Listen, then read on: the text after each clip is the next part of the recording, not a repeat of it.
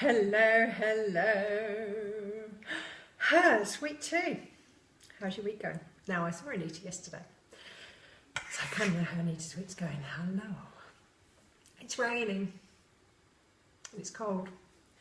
For some reason,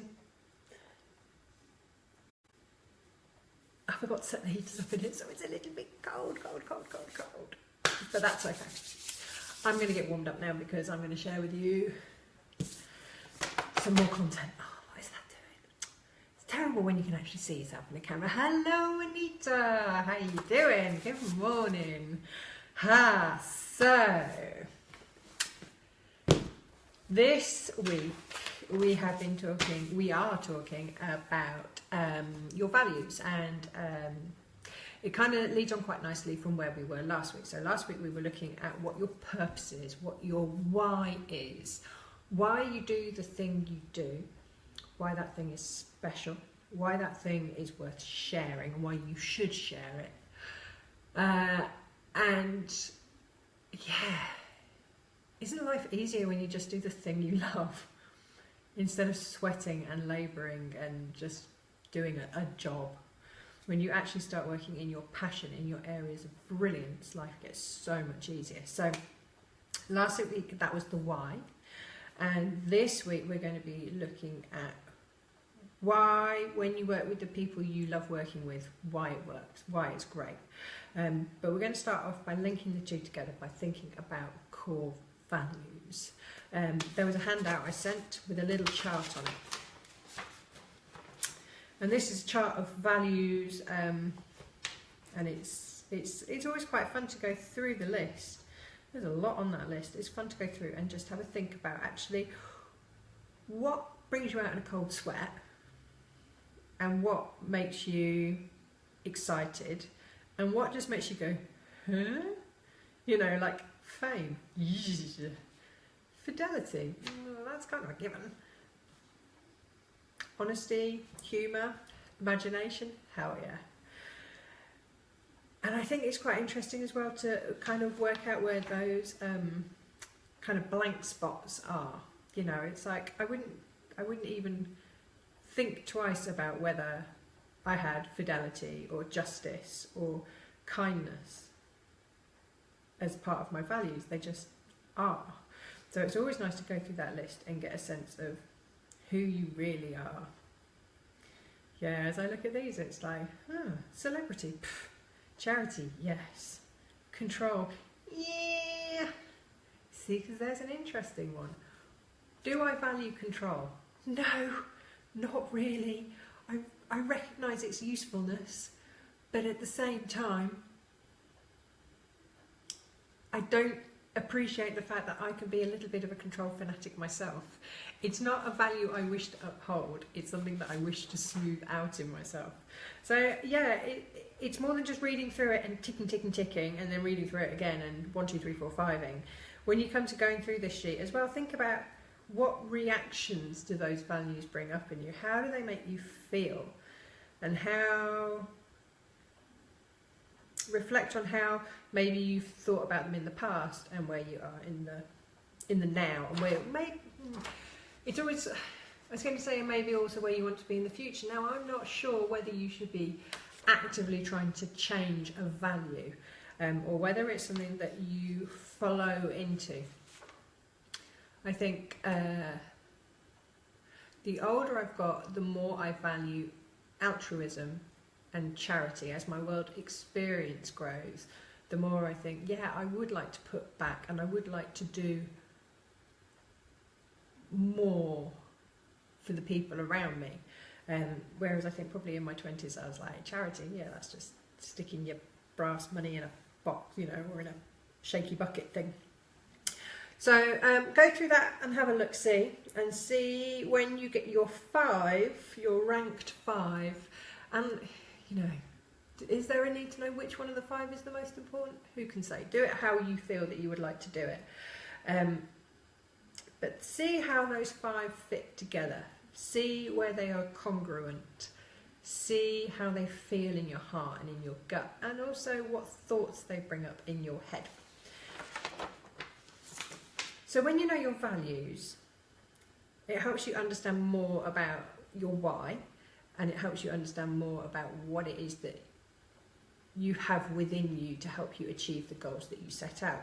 Now, values evolve over time. Like I said, when I was in my 20s, it's probably very different in the way I feel to how I feel in my 30s and now into my 40s. Your values shift and your tolerations shift. So the things that you are prepared to stand by. So your beliefs, but also, for want of a better way to put it, when people are taking the piss, or when you allow people to take advantage, those tolerations will change over time. And it's really interesting to see whether the things that you tolerate match against your values, or whether you feel that there's a bit of a grrr, you know, why do I stand for, let's have a look. Why do I stand for clarity? Why do I hold clarity as a value, and then I allow people to give me wishy-washy answers and not to commit? How does that feel, you know, if that was, say, one of your values? Your values change, the things that you tolerate will change over time. And when we understand what they are, and we understand where we sit within those, that allows us to make wholesome choices, holistic choices. It allows us to set intention about what it is that we want to achieve. And when we know what it is that we want to achieve, we can then reach our goals more easily. When we have an understanding of how we feel, when we understand what's congruent to us, we can go forward and we can achieve our goals with less friction, with less, it's gone all sunny and bright now, and I'm kind of like, do I need to sit back or sit forwards? I've got bright hands, magic hands, yeah. So, yeah, when we understand where our values are, it helps us to achieve the professional goals and also the personal goals.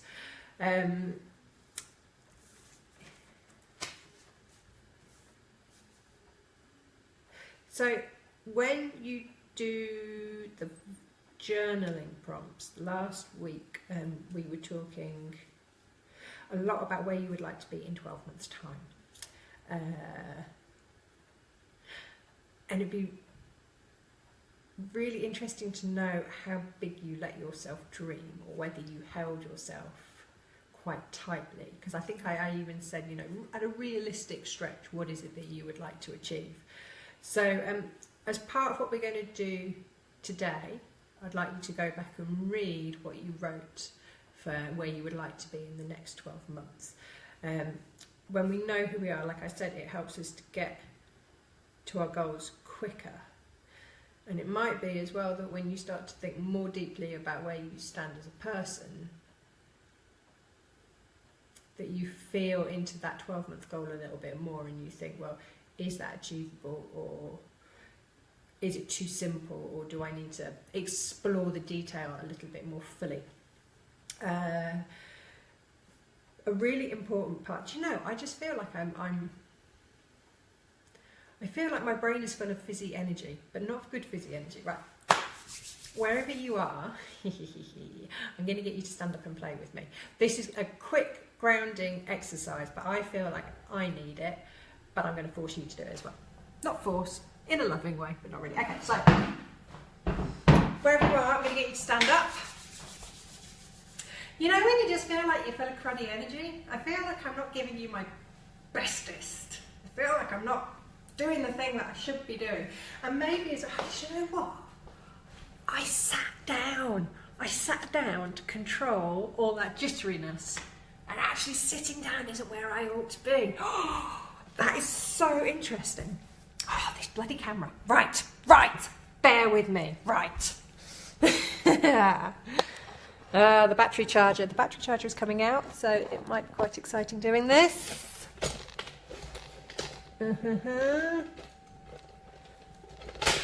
Oh. Right, come on over here. This is a big lesson for me.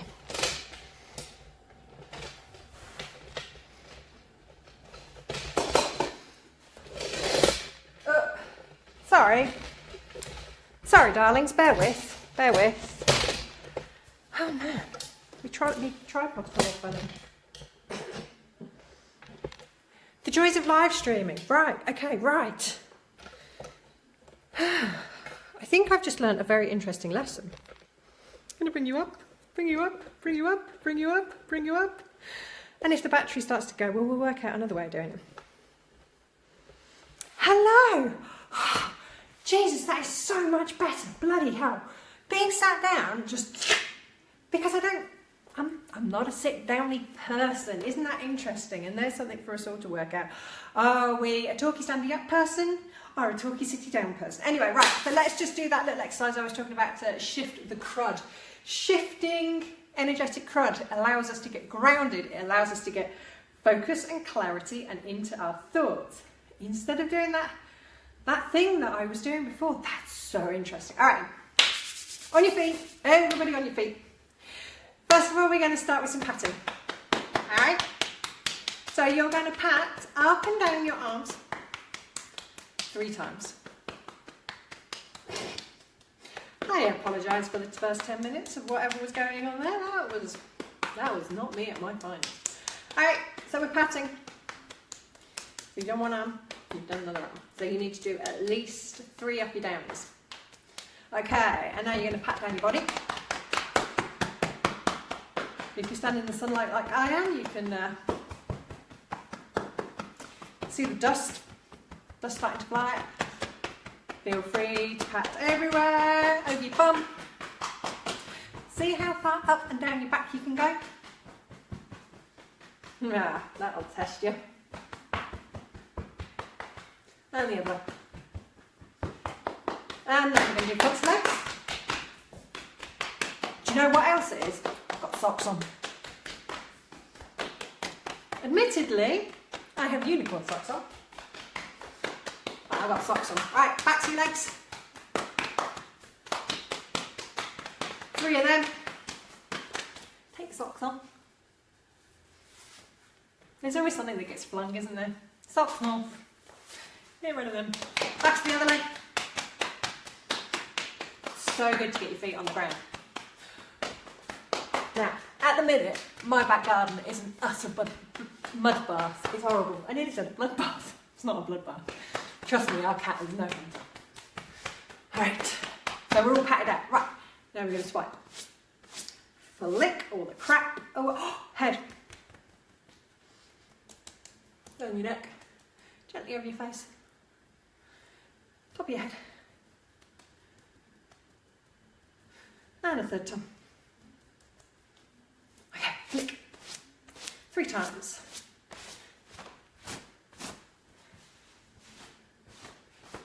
Dust it off. And your legs.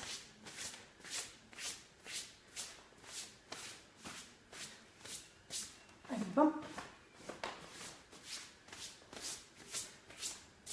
Yeah, as I was saying, our garden is a mud bath. That's easy for me to say. But I really want to get my feet out there. But I'm a bit like, oh, it's all cold and squelchy and I don't really want to get my feet in the mud. But I really want to get my feet on the ground. That kind of energetic connection where you can just like, just discharge into the earth. Oh, yes. That's amazing. And you might want to have a drink of water if you've got some water.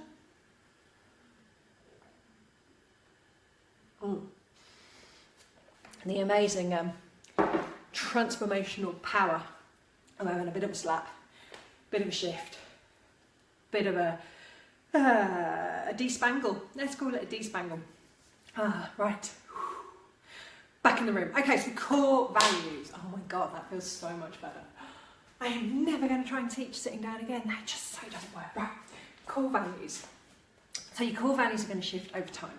So it's always good to have a little bit of a check-in every couple of years and see where you stand, because life changes us, experiences change us.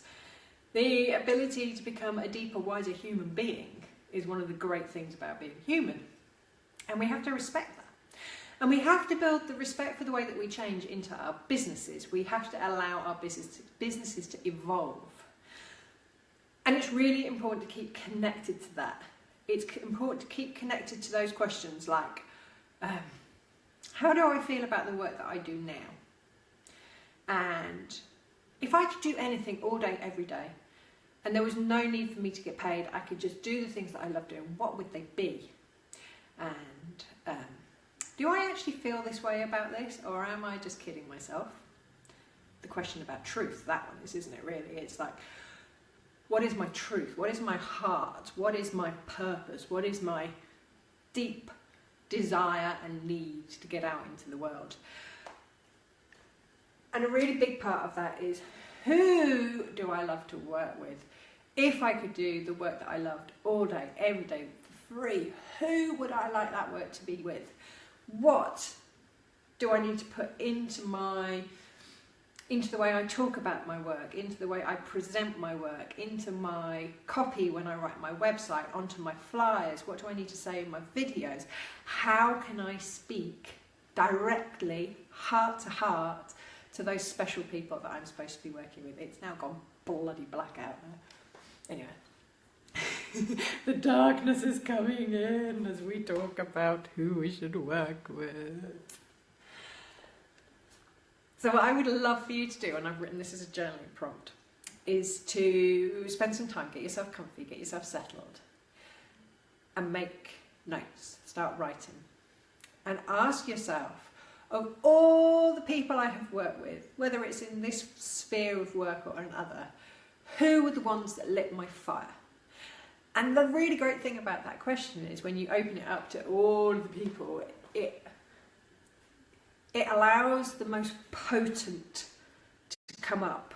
Because what we're going to create from these memories, from these feelings, is the profile of who it is that you really want to work with. And it's almost like you get to feel into their values too, as we take this process further. I mean, there's like layers and layers and layers of stuff that you can do when you're building your kind of ideal client avatar, their profile, when you're like summoning these people into your practice, that you can look really deeply into their beliefs, into their struggles, into their values. You can see how they align with your beliefs, your struggles, your values, and you can create this magic, it's like an elixir of words which really lets people connect with you. And even if you don't think you're any good at writing copy, even if you think, oh, that's not really my job, I'm a massage therapist, what do I need to know about words for? There is a potency. There is a potency within that heart-to-heart contact. There is a potency within those connections that you make through words or through actions or through just showing up, whether it's in the treatment, whether it's on the stage, whether it's in a meeting. It changes everything. It's a magical thing. Being in that place where you know yourself and you allow yourself to be free and open and vulnerable, that you allow yourself to love the person that you are working with and allow them to be free and vulnerable, and it's just a potent thing. Okay, so think about those people that you work with. Think about the ones that you really, really, truly loved working with. And I want you to go into why you really love working with it. Now, maybe it was the kind of work that you were doing with them. Maybe it was the results that they saw. Maybe it was the way that they showed up, their honesty or their vulnerability or their bravado or their humour or their courage or their just sheer badassery. Maybe it was something within them that sparked something within you. So it made you feel potent or, potent is the word of the day. But maybe it was something that they sparked in you. So there was that kind of sizzle of connection, and that you could feel yourself wanting to rise to that occasion, that you feel yourself wanting to do your very, very best for them. And it's pulling out those fine gold strands. It's pulling out those snippets of magic that work between the two of you. So when you're looking at this ideal client, it's not just about the nuts and bolts of the work that you do. it's about that almost full sensory experience, you know, the afterglow of working with them. I have some clients where I'm like, oh man, it's them, it's Helen, it's George, it's Anita, and they're in state. Actually, literally, you three, every time. I'm like that, yes! I look at my diary and I'm psyched, because it's so good, because I get to see you, because we get to play. And for me, play is a big value. Play is really important to me. It's like, yes, I get to like do cool stuff, and I know that you're not just gonna be one of those impassive people that just lies there and lets me work on them, that you're actually going to be there, that you're in the process. And so when I write my ideal client avatar, it's exactly that thing. You know, there's a whole section within Treatment Unicorn which is about those therapists I love the most, you know. And I went back over my whole therapist career and I thought about all those other therapists that inspired me and delighted me and made me want to know more. It's the same for Thrive. When I think back about, you know, when I created the new website and I wanted to speak to the heart of the clients that I really want to work with, I said, okay, so it's not necessarily about the easy clients. For me, I'm not interested in easy clients as a massage therapist. I'm interested in intricate clients. I'm interested in complexity. I'm interested in someone who's prepared to go there, to be in their vulnerability. I want to work with people that are curious, that even when they hit their block, even when they come up against the thing that makes them want to shrink back into themselves, that they are there with that full heart, and then with some coaxing, because we love a little bit of coaxing, but with the coaxing that they are prepared to take the steps that they need to take. I like the people who, even when they fail forwards, because failure is just another lesson. I don't really think that there's any kind of failure. I like the ones that are prepared to do the work. And for me, that becomes a really exciting thing. And you can probably tell now that I'm stood up and I've shaken off all my cootie energy and I'm back in the room fully, that it's really exciting. Thinking about the clients you love is so cool, because you're going to create this amazing profile. I mean, you can go really, really, really into the detail of it. You can say, I love working with women aged between 23 and 47, because they may be like the age range of your kind of sample that you took, your group of ideals. And I like them to do, you know, mid-management jobs, to have 2 children, to walk a dog on a regular basis, to have close contact with their family, and to travel abroad 2 or 3 times a year. You know, you can be that specific. What I want you to do then is, once you've got the nuts and bolts part of it, is to feel into their emotion. Feel into the things that keep them awake in the middle of the night. You know, it's like for a massage therapist. Why do they wake up in the middle of the night? Is it because they're in pain? Is it because they're in discomfort?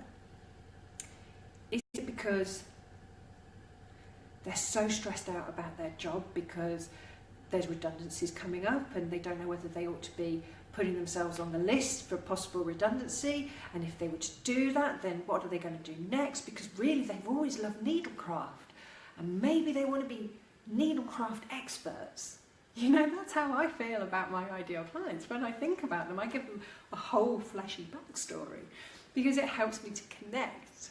And when it comes into drawing your ideal clients to you, whether you're doing it on the physical realm, so you want to be able to write copy, do video, give talks,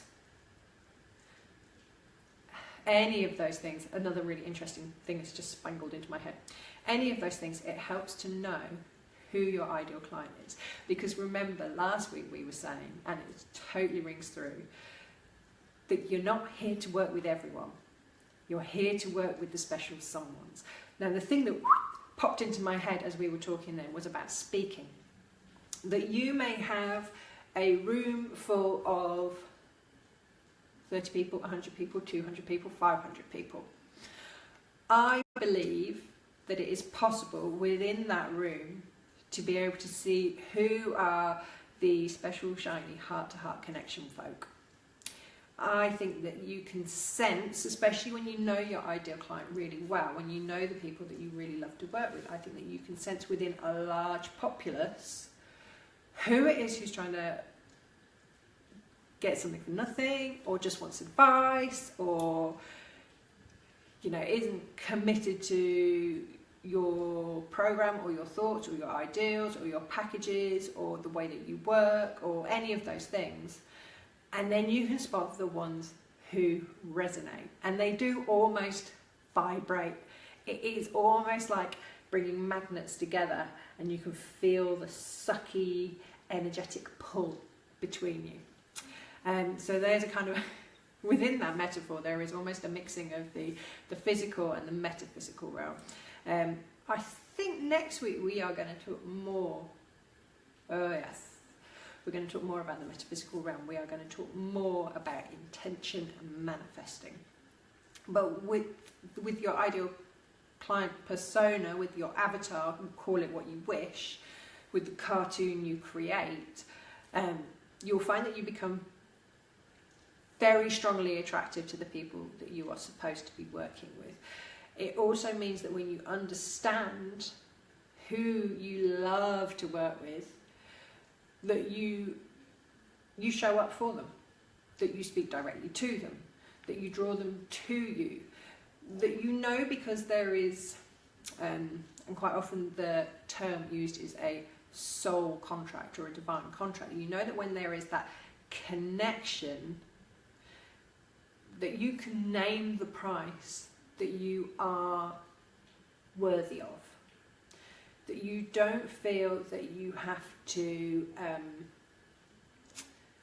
renege on any of your values or any of your beliefs and feel like you need to offer them a discount because you feel like you need some approval. It means that you can say to the clients which aren't your ideal clients, I'd love to be able to work with you, or I'd love to help you, but I don't feel I'm the right for you in this point. Why don't you speak to this person or this person or this person? And that's one thing that I've always done through my entire career, is that if I feel like I am not the therapist to work with that person, I've always said, how about you give this therapist a call, or maybe try this therapist here. I think that there's probably a better thing that they can do for you than I can do for you. So we can also use that idea of the ideal client, and we can use the same techniques with anything that you want to draw into your life. See, we're already going there. We're already kind of talking about the manifesting stuff. Imagine that you were looking for a new workspace, or you were looking for a new house, or you were looking for somebody to build your website. By looking at what you love in your surroundings around you, you allow yourself to align with what it is that you want to bring towards you. So, how long ago was that? About 18 months ago with this studio, I was starting to think, maybe nearly 2 years, I was starting to think about the space not being quite right. I was like, I can do this here, but I can't do that here. I can work as one therapist alone, but I can't then open the space up to run workshops or classes. And I could see that there was things about my situation which were not ideal. So I wrote myself a long list of, in fact there was 2 parts to it.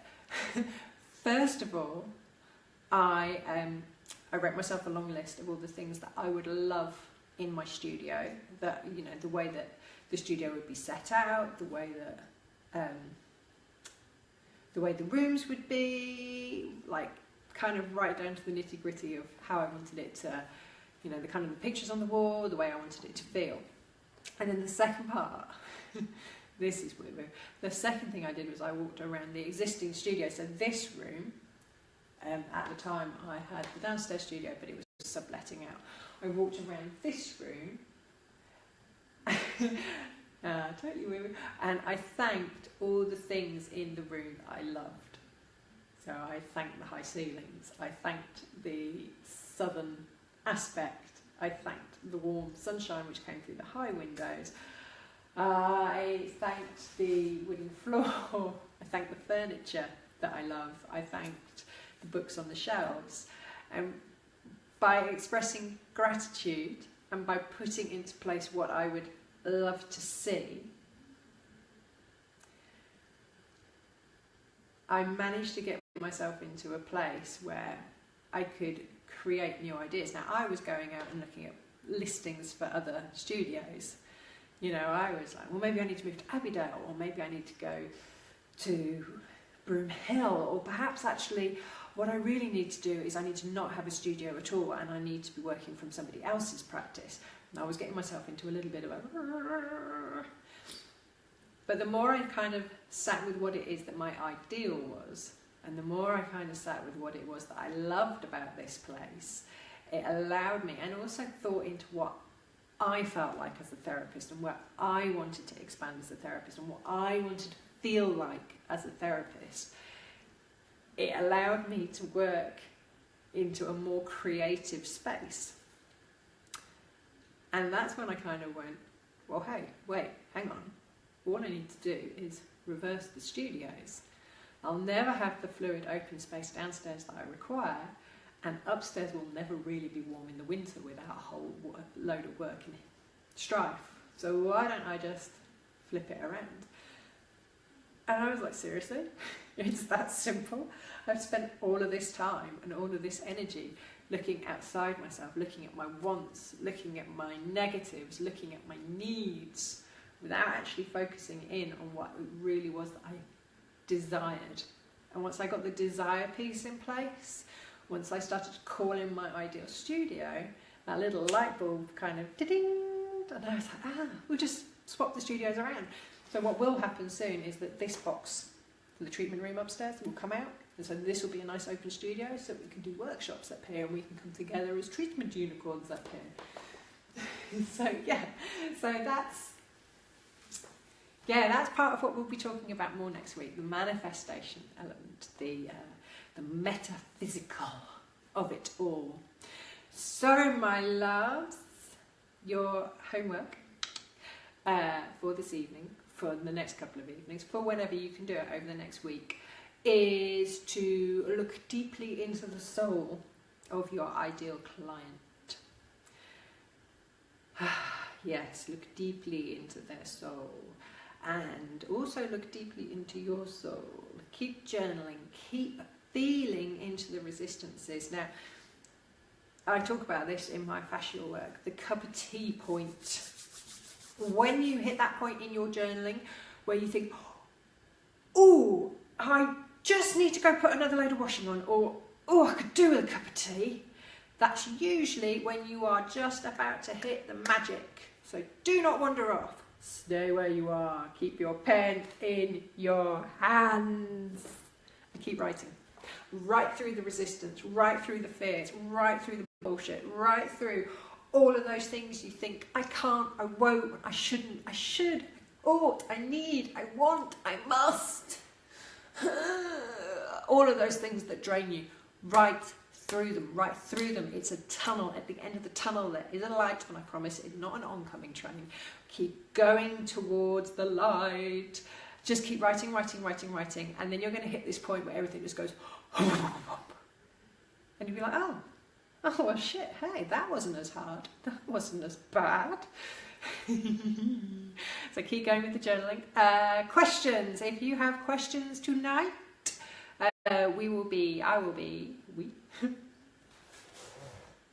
maybe that's me and my spirit cards.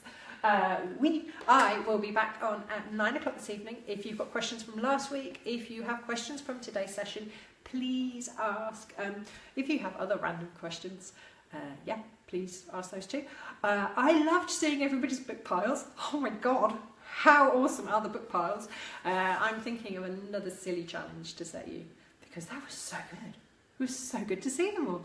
Okay, so we're going to wrap up for today. I will catch you tonight if you want me or wish me to answer any questions, or we to answer any questions.